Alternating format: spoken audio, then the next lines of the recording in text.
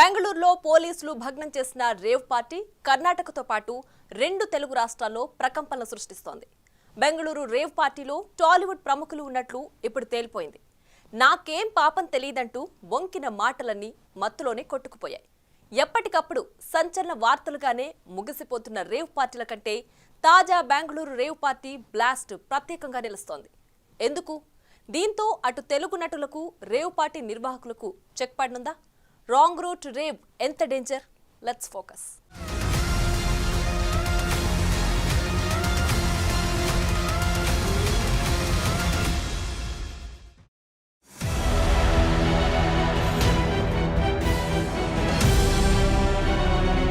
చెప్పేది శ్రీరంగ నీతులు, దూరేది రేవ్ పార్టీలు.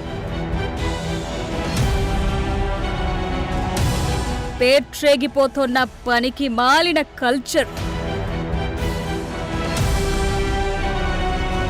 మత్తు కోసం మంటగలుస్తున్న జీవితాలు. రాంగ్ రూట్లో రేవ్ పార్టీలే ముందయ్యా. అవును, చుట్టూ బీడి సిగరెట్టు, మందు, పసందు. సాధారణంగా వీటన్నింటినీ చెడు అలవాట్లు, వ్యసనాలు అని పిలుస్తుంటారు. అయితే వీటికి మించిన వ్యసనం కొన్నేళ్లుగా విస్తరిస్తున్న ఈ డ్రగ్స్ అలవాటు. ప్రపంచంలో ఉన్న ఇలాంటి ఎక్స్ట్రీమ్ చెడు వ్యసనాలన్నింటినీ ఏకం చేసి నిర్వహించే పార్టీనే ఈ రేవ్ పార్టీ. అలాగని అందరికీ ఇక్కడ ఆహ్వానముండదు. సామాన్యులు తొంగి కూడా చూడలేని స్థలాలే ఈ పార్టీలకు వేదికలు. సెలబ్రిటీలు, బడా వ్యాపారవేత్తలు, పైసలు మస్తు ఉన్నవాళ్లకు మాత్రమే ప్రత్యేక ఆహ్వానాలు. ఇక ఇలాంటి ఓ రేవ్ పార్టీ ఇటీవల బెంగళూరులో జరిగింది. అయితే ఇప్పటి వరకు జరిగిన రేవ్ పార్టీలు ఒకెత్తైతే బెంగళూరు రేవ్ పార్టీ మరో ఎత్తు అన్నట్లుంది ప్రస్తుత పరిస్థితి. ఈ రేవ్ పార్టీ రెండు తెలుగు రాష్ట్రాలను కుదిపేసింది. బెంగళూరు రేవ్ పార్టీలో టాలీవుడ్ ప్రముఖులు ఉన్నట్లు వార్తలు రావటంతో ఇండస్ట్రీ ఒక్కసారిగా షేక్ అయిపోయింది.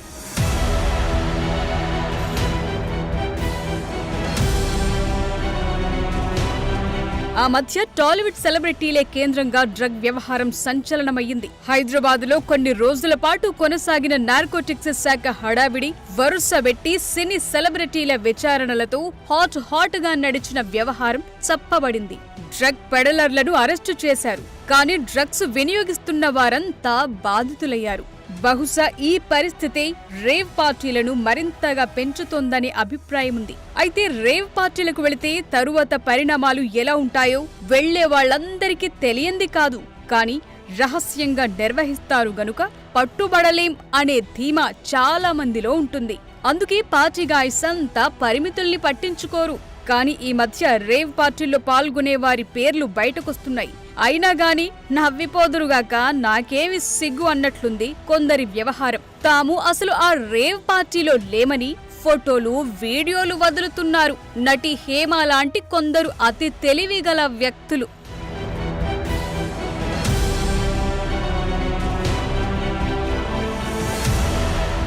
బెంగళూరులోని నగర శివారు ప్రాంతంలోని ఫామ్ హౌస్ లో నిర్వహించిన ఈ రేవ్ పార్టీ కేసులో ప్రాథమికంగా 5గురిని అరెస్టు చేసినట్లు బెంగళూరు నగర పోలీస్ కమిషనర్ బి దయానంద్ తెలిపిన తరువాత కూడా హేమ బొంకారు.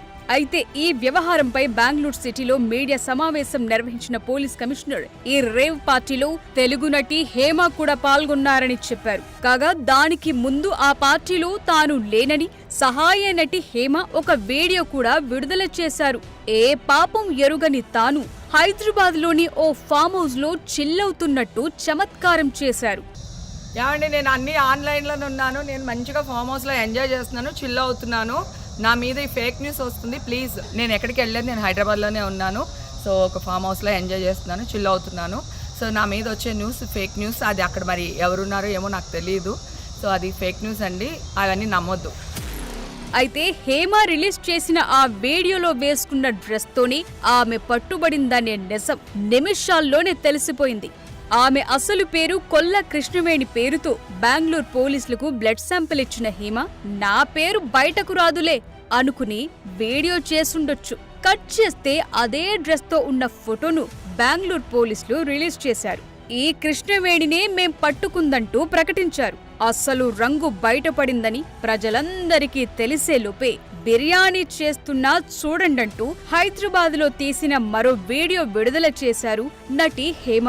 ఇక ఎన్ని డ్రామాలు చేసినా తెర వెనుక ఏం జరిగిందో అందరికీ అర్థమయ్యింది.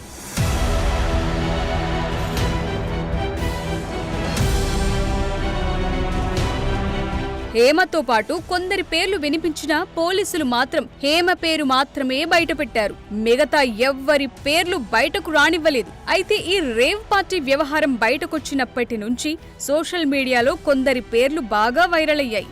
ఆ పేర్లలో నటుడు శ్రీకాంత్, కొరియోగ్రాఫర్ జానీ మాస్టర్ పేర్లు కూడా ఉన్నాయి. అయితే వారు తాము ఆ పార్టీకి వెళ్లలేదంటూ వివరణ ఇచ్చుకున్నారు. అయితే పార్టీకి అటెండ్ అయిన మరో నటి ఆశీరాయ్ పేరు కూడా బయటకు రావటంతో ఆమె నిజాయితీగా నేను వెళ్లానంటూ ఓ వీడియో రిలీజ్ చేశారు. అయితే ఇక్కడొక చిన్న ట్విస్ట్ ఇచ్చారు. అది రేవ్ పార్టీ అని తనకు తెలియదని, వాసు అనే అతను బర్త్డే పార్టీ అని పిలిస్తే వెళ్లినట్టుగా చెప్పుకొచ్చారు. వాసు తనను సోదరిగా భావిస్తుంటాడని, వాసు బ్రదర్ బర్త్డే పార్టీ అంటే వెళ్లాను తప్ప అక్కడ ఏం జరుగుతుంది, ఏం చేస్తున్నారు అనేది తనకు ఏమాత్రం తెలియదన్నారు.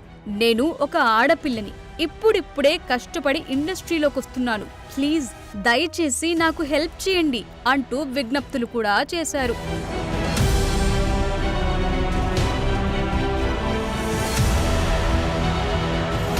ఇక మే 19 సాయంత్రం నుండి మే 20 తెల్లవారి వరకు నిర్వహించిన ఈ రేవ్ పార్టీలో పాల్గొన్న 150 మంది రక్త నమూనాలు నార్కోటిక్ టీమ్ సేకరించినట్లు సమాచారం. ఇందులో 59 మంది పురుషులు, 27 మంది మహిళల రక్త నమూనాల్లో డ్రగ్స్ ఆనవాళ్లను గుర్తించారు. అంటే మొత్తం 86 మందికి ఈ పరీక్షల్లో పాజిటివ్ వచ్చినట్లు రిపోర్ట్ వచ్చింది. ఇందులో నటి హేమ కూడా ఉన్నారు. ఇక ఈ రేవ్ పార్టీకి ఒక్క రోజుకు ఎంట్రీ ఫీజు అక్షరాల 50 లక్షలని పోలీసుల విచారణలో వెల్లడైంది. ఆంధ్రప్రదేశ్, తెలంగాణ, కర్ణాటక నుంచి 100 మంది ఆ రేవ్ పార్టీలో పాల్గొన్నారని, అందులో 25 మంది యువతులు, డీజేలు, మోడల్స్, యాక్టర్స్, టెక్ ఉద్యోగులు ఉన్నట్లు పోలీసులు వెల్లడించారు.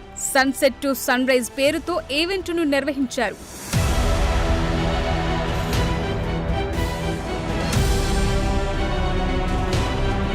బెంగళూరులోని ఎలక్ట్రానిక్ సిటీ సమీపంలో ఈ రేవ్ పార్టీ జరిగింది. జీఆర్ ఫామ్ హౌస్ లో బర్త్డే పార్టీ పేరుతో పెద్ద ఎత్తున రేవ్ పార్టీని నిర్వహించారు. ఈ ఫామ్ హౌస్ హైదరాబాద్ కు చెందిన వ్యాపారవేత్త గోపాల్ రెడ్డికి చెందినదిగా పోలీసుల విచారణలో తేలింది. ఈ పార్టీలో పాల్గొన్న 30 మంది యువతులు, 70 మంది యువకులు ఏపీ, హైదరాబాద్ నుంచి బెంగళూరుకు విమానంలో వచ్చినట్టు తెలుస్తోంది. మరి ఇంత కాస్ట్లీ పార్టీలో సౌకర్యాల గురించి చెప్పనవసరం లేదు. ముందుగా చెప్పినట్టు ఉండాల్సిన ఎక్స్ట్రీమ్ వ్యసనాలన్నీ ఇందులో పార్టే. అన్ని రకాల మత్తు పానీయాలు, మాదక ద్రవ్యాలు భారీగా సర్వ్ చేస్తారు. ఈ పార్టీలో 17 గ్రాముల MDMA పిల్స్, కొకైన్ లాంటి మత్తు పదార్థాలు భారీగానే దొరికినట్లు పోలీసులు తెలిపారు. ఇంతేనా అంటే కాదు, రేవ్ పార్టీ అంటేనే ఇంతకు మించి.